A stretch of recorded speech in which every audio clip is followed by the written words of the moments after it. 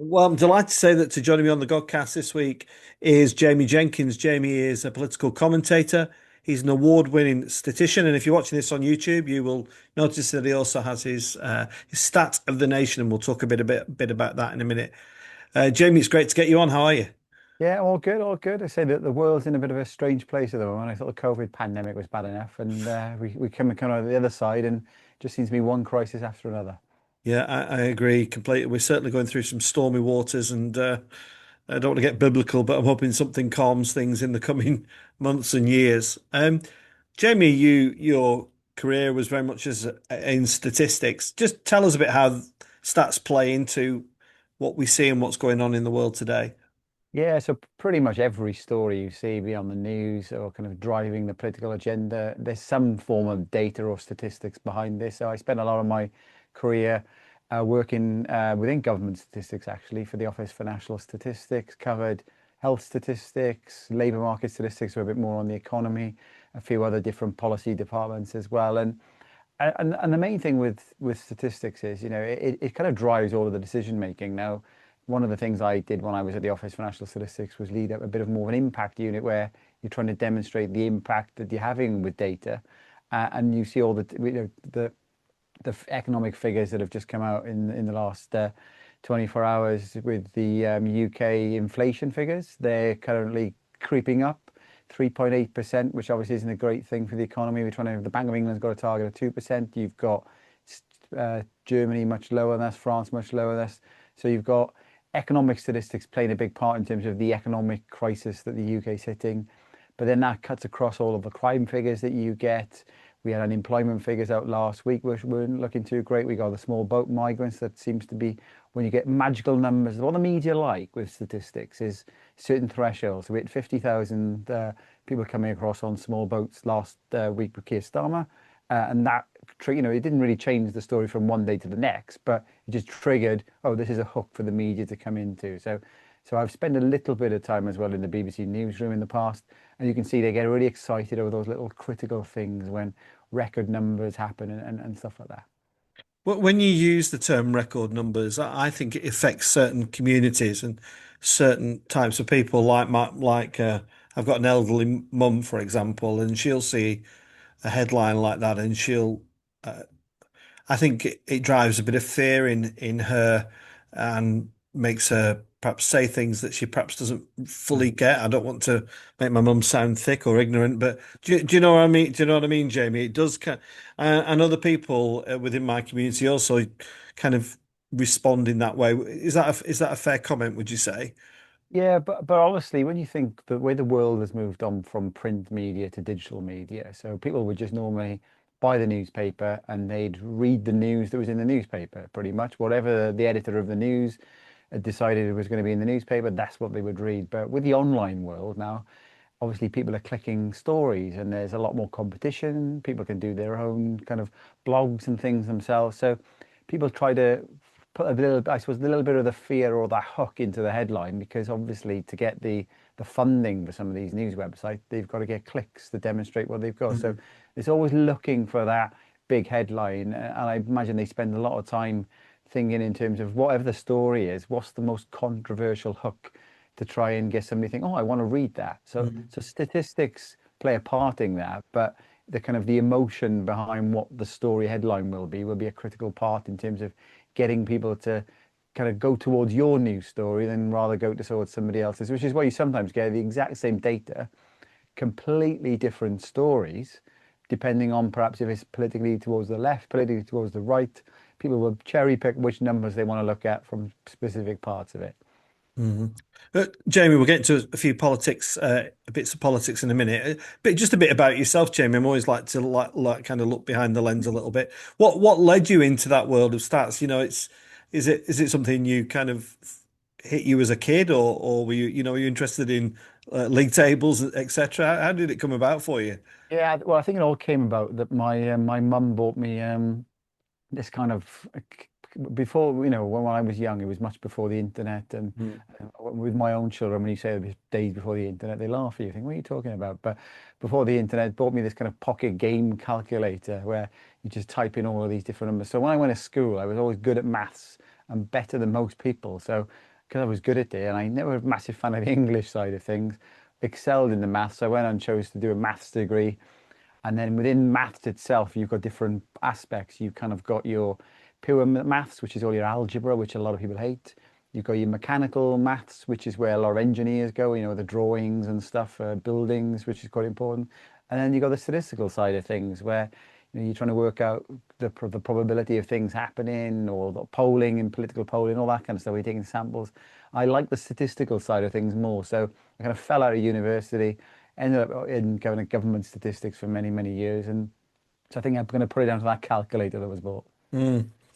I only really like stats when they work in my favour. As a Burnley football fan, the statistics suggest we might as well stop playing in the Championship already, But I'm ever the optimist, Sometimes the stats sometimes lead us in the wrong direction. Is that possible? Well, I suppose I'm a Tottenham fan as well. So, All right, okay.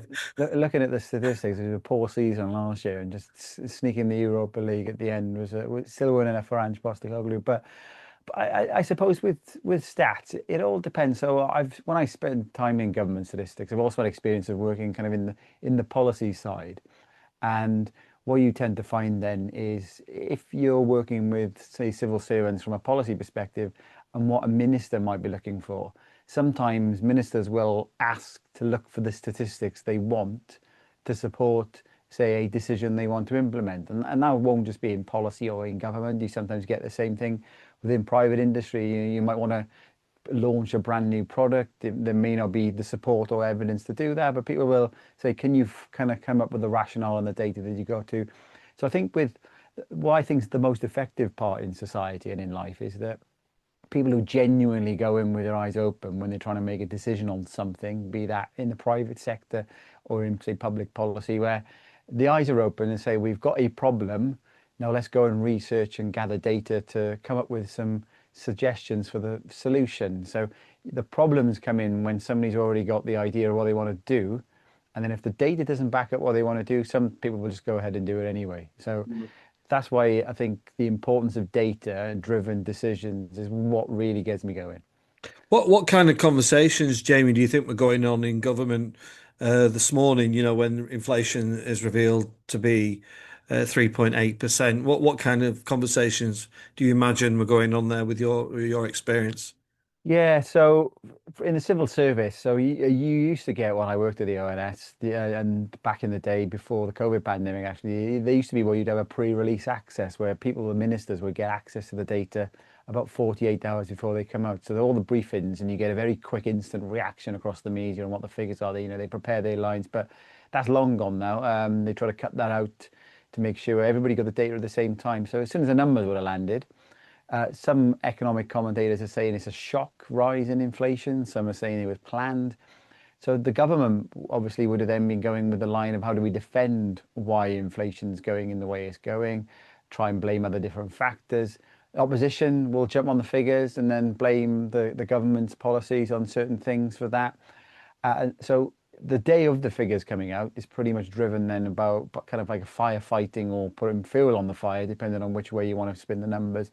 But then the inflation figures themselves, people might say, well, why are they important? Well, they're massively important because you think of the tax that people pay across society, that funds a lot of government expenditure, and inflation is linked to a lot of expenditure. So how much people's kind of benefits might go up, or public sector pensions is all linked to inflation. A lot of people use inflation in private business as well when they're trying to uprate, say, certain kind of indicators within there.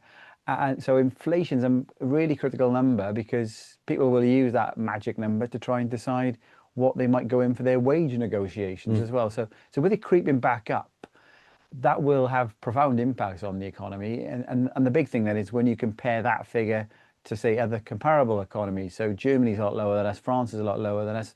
So then the question is, well, why is the UK creeping up with inflation? And then that can start hitting kind of the money markets because people will think, is the UK a safe bet or a bit of a risky bet? So just a one number itself, you might think, okay, inflation's gone up, it's 3.8%. What does it mean? It does cut across, all parts of society, that one statistic there. Yeah, and for people like in my context in Burnley on a yeah, serve on the working class estates. I suppose it's a reminder that the cost of living crisis is not going away, is it? I mean, we do a lunch facility at our church, Jamie, and we give out 100 packed lunches today, which tells me the level of need there is out there, and how prices just are not falling. What do you think the government can do about this? Because it seems like they've really got their knickers in a twist on this one, and there doesn't seem to be any quick term solutions, and everybody's talking about tax hikes in the autumn. What's your kind of outlook for the next 6 to 12 months for us all? So the biggest challenge we have in the UK is the kind of the policies the last Conservative government and the Labour government are kind of going down with energy is a pretty much a big part of it. So our energy prices are higher than some of comparable economies. Now they went up. There was a big inflation shot up in recent years, and what we also saw the impact with the gas prices and stuff a few years back as well. And a big part of that was actually with the pandemic and a lot of demand came down in the energy sector when everything started back open again. That had a significant impact and did push up prices as part of that. So with energy, you've got to think about, okay, why is energy important in terms of inflation and the rest of the economy? So with us importing a lot of gas, when we've got to say our own gas in the North Sea. And I know everybody's looking for more renewable energy, but we do have wind droughts. The sun isn't always shining. So you've got to have a very strong energy mix and you've got to have energy security because if you haven't got that and you have to import from other countries, you're kind of exposed in terms of your own energy security. So with energy prices being high and a big part of the conundrum of high inflation the last 2 or 3 years that then heats into the overall inflation figure. So energy prices are high. So when the ONS calculates inflation, what it does, it takes a basket of goods. So it'll just take a random selection of what normally people would consume in the economy. So inflation goes up because energy prices go up. But then you think about most of the world now use and create things from energy. So if energy goes up, the bills of your local restaurants go up. So they might have to put their food prices up when you go out. So energy then has a knock on a double effect because it then sees everything else going up.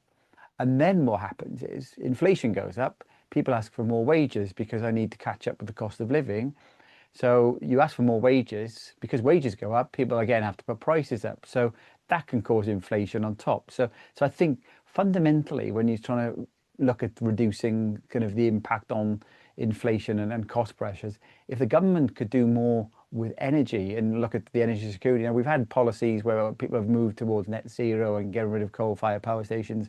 You can't just start them back up tomorrow. But I think the government needs to adopt a more kind of responsible policy on energy rather than just all the eggs in this go for net zero basket. You've got to do it slowly, in particular when other countries are doing a slightly different thing themselves. So the big thing I think the government could do in this parliament, but I don't think they would, is to look at how the energy mix is. And we import gas from the North Sea from Norway when we've got some of our own gas that we could use. That's an important bit. For the next, say, 6 months, I think we're just going to have to ride it out. Just on that energy situation, Jamie, I wonder how much you think Trump has got an influence on the politics of the UK at the moment. He was very outspoken when he was in Scotland a few weeks ago about wind farms, and him and people like Richard Tice are real advocates of fracking. Do you think this is something that'll be on the maybe the political agenda as we approach the next general election? I think next general election, yes, but the Labour government are quite clearly in the trenches. They know they're dug in where they are. They won't be changing course on this. But yeah, energy's a lot cheaper in the US, and the fracking going on. I know in the northwest of England there were concerns with kind of fracking and stuff, but there is energy out there in the North Sea. I tell you an interesting, going back to statistics as well, that I was looking at the government's energy statistics, and what we saw was if you to go back to last winter the amount of energy produced from wind, in the middle of winter, fell, and it was put down to a wind drought. So you cannot have a stable, energy policy when you have all of these wind farms. So I think Donald Trump's got some form of kind of common sense when you're talking that. You've got to have a mix, but you can't be building more and more wind farms. Now, I tell you an interesting one as well is Norway. So people think of Norway and all this gas. a vast majority of all of their energy comes from renewable sources. They've got tons and tons and tons of water. There's the geology of Norway, a bit like the say Scotland part, but much bigger. Most of their energy is coming from water, which is far more reliable because obviously you know where the water is going to be coming from, and they store the water there they come down, and they sell a lot of the gas. They don't generally use their gas to create electricity. So I Mm. think that we are in the kind of the Victorian times to try and get things done in this country. Everybody blocks everything. People don't want things done. If we go back 200 years ago and we could foresee what would be coming up, I'm sure most of our energy would be coming from water. When you think back to the mills and all the water creating stuff for the bread and stuff. So I think next election, you're probably right because the Reform Party will be going down. We need to be making our own energy, using our own natural resources, and energy and the cost of living will still be an issue then. So it wouldn't surprise me if that is a big part of people going to the polls thinking, I'm going to give them a chance, or other people who genuinely don't want any of that. They want the soul and the wind will think, well, I'm going to vote elsewhere. Mm. I've got to ask you this, Jamie, with that beautiful Welsh accent of yours. Do you ever see a time where coal might be reintroduced as a sustainable energy in the UK? No, I don't see that. But what is bizarre and bonkers really is that coal is still used in certain parts of industry. Not so much now because steel's falling back a little bit as well. But when you've got your own coal in your country and you kind of import things, that is just absolute bonkers. Mm. And the thing is with trade, world trade, you talk about like say going back to the statistics and the thing of world trade. One of the benefits of world trade is if somebody can do something far more efficient in one country than another, and then you say can trade, that's beneficial for the world overall. But what we've got is a complete imbalance. So the UK is constantly importing more things from, say, China, the big part of it, than it exports. That actually reduces the wealth of the UK because technically you're giving money abroad, and that's not a good thing for society in the long term as well. And also what you'll find is there's talk putting more solar farms on, say, British land to generate electricity. And then that might mean we produce less food. But then Mm. if you import food, say, from Australia, and I've seen this, where Australia increase their exports, they take land out of production to do, say, more kind of beef farming. And then they just export that beef, say, to us as an example. That could be what goes on. So you're just exporting the issue. So there are some mad policies when you look at the way the world works overall, when you consider all of kind of the environmental aspect of stuff. It's interesting. I mean, I've got a lot of questions I've not got to yet, but one of the things uh, in my book Argos to the Altar, Jamie used to work for Argos. There was one year where the ships didn't arrive from China, and all the cheap toys were delayed, and the Furbies, you might remember the Furby, Yeah. they didn't arrive for Christmas, and there was an absolute outcry. And I remember at the time thinking, we could have solved this problem if we manufactured it ourselves, if we'd have just had industry, and places where I'm in Burnley, with a rich heritage around cotton or coal mining, such as places in Wales and throughout the country. I wonder if this plays into the narrative of some people feeling a sense of unfairness. The things that we used to have, we no longer have. And where is our money going? Do you get where I'm going with that? I just wonder what you think. Yeah, so one of the statistics I used to work on was workless households at the Office for National Statistics, and the highest areas are the old coal mining areas.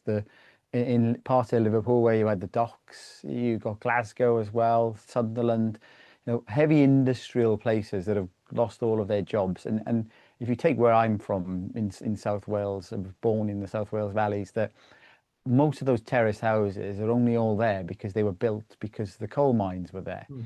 So they've taken all the work away, but the houses are still there. Now, the difficulty you've kind of got here is how do you kind of fix that conundrum? But your point about, let's say, the Argos example there.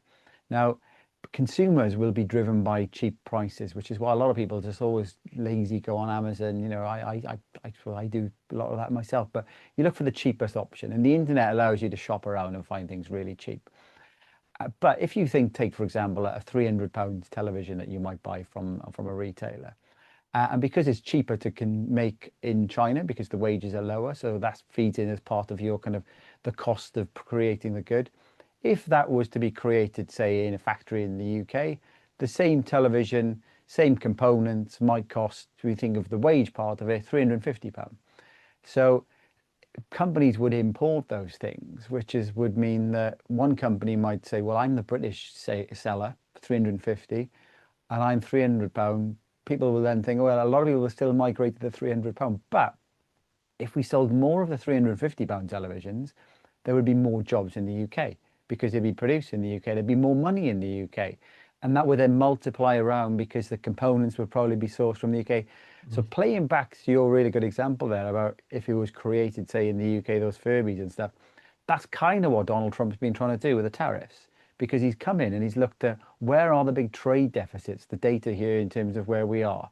And if you want to balance that, what he's saying is that we're importing far too much from certain countries, not exporting enough. So that trade balance is in an imbalance there, which basically means money leaves the US, jobs aren't in the US. So the tariff is pretty much there to go back to my television example, to make the Chinese television £350 so that there's a level playing field when you're trying to sell those things. So I do think the geopolitical landscape and Trump's tariffs, some people say they're really bad for the world economy. Actually, all he's trying to do is protect the US a little bit, and he's not trying to ban trade overall. But if you can kind of get that balance where the amount you spend abroad is similar to the amount you got coming in, that's the perfect equilibrium that you really want. Yeah. Great. Thanks, Jamie. I just am mindful of time. There's a few other things I want to run by you. One, one is there's the political landscape in the UK. You know, Reform have arrived on the scene and are becoming a bit of a juggernaut. And one thing we perhaps don't have is lots of statistics to tell us how this is going to play out. Do you think this is, are we looking at a potentially radical new government, or we think this is just a bit of a storm that's going to pass and the Conservatives are going to kind of resurrect like Christ himself? Or what's your analysis of what we're looking at the minute? So the Conservatives have kind of shot themselves in the foot, really, in terms of the difficulty they have at the moment, and Labour is still in that first couple of years of their administration where they're still blaming the previous government for a lot of things. So where you see things aren't really going well, they say we inherited 14 years worth of mess. So that's where Labour keep coming from. So the Conservative Party, they're probably going to need one more election, at least maybe two actually, where all the faces. Oh, because you see some of the leader of the party was in the last government, and Robert Jenrick was in the last government, one of the other kind of top people in the Tory party. So it's difficult for them to be trusted to come back and do something, and you might need a bit of time out of politics now. But think of Labour Party now. I think Keir Starmer had fewer votes than Jeremy Corbyn did when Boris Johnson won the election. So there's no real strong mandate for Labour. I would say pretty much the Conservative Party lost the last election rather than the Labour Party won it. So people are then thinking, well, where can we go elsewhere? And it's always been this two-party system, other than the Lib Dems have kind of fluctuated with their votes. So the Reform Party are kind of filling in pretty much where, if you think Tony Blair, he's a rebrand of Labour, didn't he? He had the Labour Party, and you had Neil Kinnock from Wales in opposition for many, many years. And he didn't have a new party, but he called it New Labour, trying to kind of say this is a new thing now. So he got in with this New Labour kind of slogan, and Reform pretty much on balance is more towards kind of the Conservative Party of what the Conservative Party probably was under Margaret Thatcher. So you could say if the Conservative Party had rebranded, but they've got the 14 years of issues that they've had, to New Conservative in say 5 or 10 years, maybe that's where Reform are now in terms of where they are, because they're just coming up with a lot of good policies in terms of what the old kind of the Conservative Party would be doing, and that's probably where we're heading towards for into the next election. I can see Reform. Is this a storm in a teacup? No, I don't think it is. They're starting to swoop and get some of these councils. If they can get a lot more council seats, and it comes back to brand awareness. So the more people Reform get elected and more the people can become aware of the brand, the stronger it will become. So Yeah. yeah, it's going to be an interesting election in a few years' time. Yeah, and within all that, Jamie, it seems to me, and I'm somebody who doesn't really have a political allegiance. If I had to describe myself as anything, it's probably a right-wing socialist, if there is such a thing. But the rhetoric from all the right-leaning parties is around immigration, boats, all the things that people are concerned about, and I absolutely get that. I live in work in a difficult, challenging part of Burnley, so I hear it and see it. And our estates have all got Union Jacks everywhere. So I do speak from a place of, I think, of experience. I just worry that we are um, marginalizing people, and we are creating an atmosphere of, I posted earlier that, this was in a Christian reference, who is your neighbor? And, one strongly believe that if there's a refugee and is leaving a country because they're fear for their lives, then we should be a place of sanctuary. But I also understand that if you come on a boat and you're here just to get what you can for nothing, then I understand how challenging that is. How do parties go about this without creating a huge storm and potentially, potentially violence? I go as far to say I'm concerned about what the future of our working class estates across the country are going to look like. Yeah, so the issue with immigration is a long-term issue, really. So what you've had is since pretty much the 1990s now, successive year after year after year of net immigration, and it was with the expansion of the European Union, which saw kind of a lot of people come to the UK. And the difficulty we've had is that with the immigration that say we've had the law, let's talk about the more longer term bit before we get to the more recent one. When you've had the immigration levels that we've had going into say up until the mid 2015, 2016 time, we haven't put the infrastructure in place. So people have come in, into the country, starting to do jobs in the country, etc. But we haven't had that infrastructure. So if you look at wages compared to house prices, that the ratio has rocketed up, which makes it more difficult for, say, people to get on the housing ladder. That's people who've come to the country and people who are already living here. And then what's that happened is that's had a demographic impact in that people are having to delay having children because people aren't kind of cohabitating younger because they can't afford that. So there's a little element of more women in the labour market and they delay having children, but the house price impact will be real as well. So we're having fewer children, so the fertility rates come down. And when you have fewer children, people then call, we need more immigration. And then what happens? More immigration means it's kind of the spiral of the more of the same thing. And then over the last 5 years under the Boris Johnson government, we saw immigration levels just completely off the scale. And I think those numbers, and with services not going up, people are kind of seeing the fact that, the roads are fuller, public transport isn't any larger, the GPs are more difficult to get appointments, dentists. So people are seeing the things on their real day-to-day lives. So this is the failure, to be blunt, of the last 30 years, because if the population has gone up 10 million, which we've seen over the last, say, 30 years, we've not built a reservoir. Then we're having more droughts. So if they built the infrastructure to cope with the more people, I don't think we'd be having the conversation now about immigration being top of the list. It's just people are seeing people come in and not seeing those services. All they're seeing is them being cut, actually, partly to do with the austerity thing. So I think that's the big issue. And then more broadly on the kind of the asylum seekers and the small boats, there is a small problem when you look at the overall immigration. If you class immigration as a problem, that the numbers are much, much smaller than the net immigration overall. But I think that the narrative that we've got, and I think part of the difficulty is that people are coming over. Many people, we throw their documents away. You don't know who they are. Then you hear kind of talks of crimes that are being committed.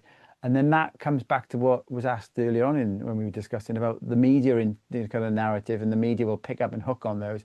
And then people's got in their head then that maybe all these asylum seekers are kind of committing crimes and stuff, which is, we know, it's the minority. That's the important thing to factor in. So I think that's where we've got to with immigration. It's pretty much been driven by successive governments seeing lots of people come in, but not put the infrastructure in place to cope with it. And people have had enough. So have they had enough of the immigration, or have they had enough of the government? It's probably a bit of both, but it's more blamed on the immigration is the problem rather than not the government doing the service provision in the first place. Yeah. And what role do you think the media's got to play in seeing this through, navigating this issue? I've done quite a lot of media. I've done GB News, whatever it is. But I've come to learn that it's very much kind of they want their bite-sized chunk of you, and then they move on to the next thing. And I understand that how it is.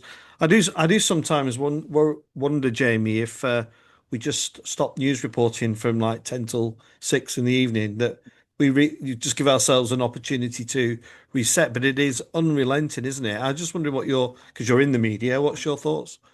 Yeah, so I ran a media training course many, many years ago, and somebody said to me that the Daily Mail writes news stories for what the readers want to read.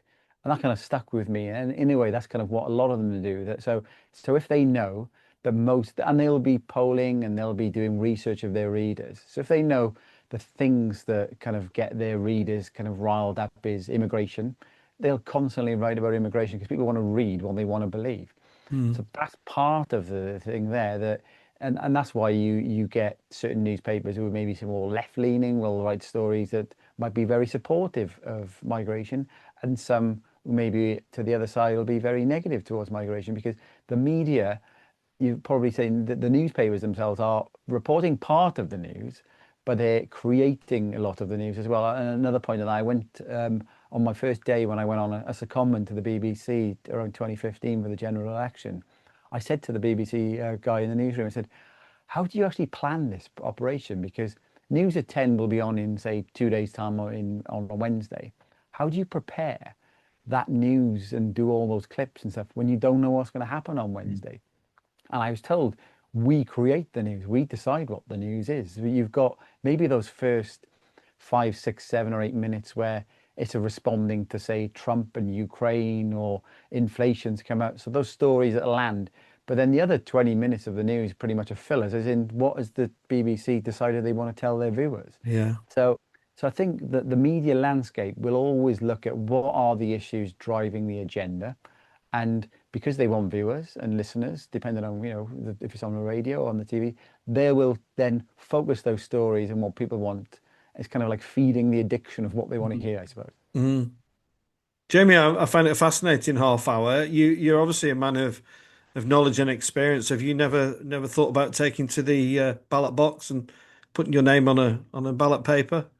Well, I might get myself forward for something at some point, and let's see how the land lies over the next couple of years, and maybe rather than kind of rant from the sidelines, get myself dusted down and get myself in there and in the thick of it. Might see a complete, you might be very easy to tell governments what they should do, but when actually in it, Hmm, maybe it's a lot harder than from speaking from the sides. I'm sure. And before we finish, Jamie, just tell people where they can find you. Just signpost yourself to our viewers and listeners so they Yeah. discover you for the first time. Yeah, so pretty much Stats Jamie, you'll find me everywhere. So Instagram, X, Facebook, type Stats Jamie in, you'll find me there. And my website, where all the kind of I write pretty much every couple of days a new blog on what's going on, on all the latest figures. That's an easy one as well, just statsjamie.co.uk as well. So it's great to chat with you, and we'll have to do it again because I'm sure there's plenty more I'm things sure. going to be happening over the next Yeah, year or that's two. great. Yeah, we'll keep in touch. If anybody's enjoyed this chat with Jamie, there are hundreds of interviews on the Godcast, lots of politicians out there, high profile people such as Jamie. So thanks for coming on and thanks everybody for watching.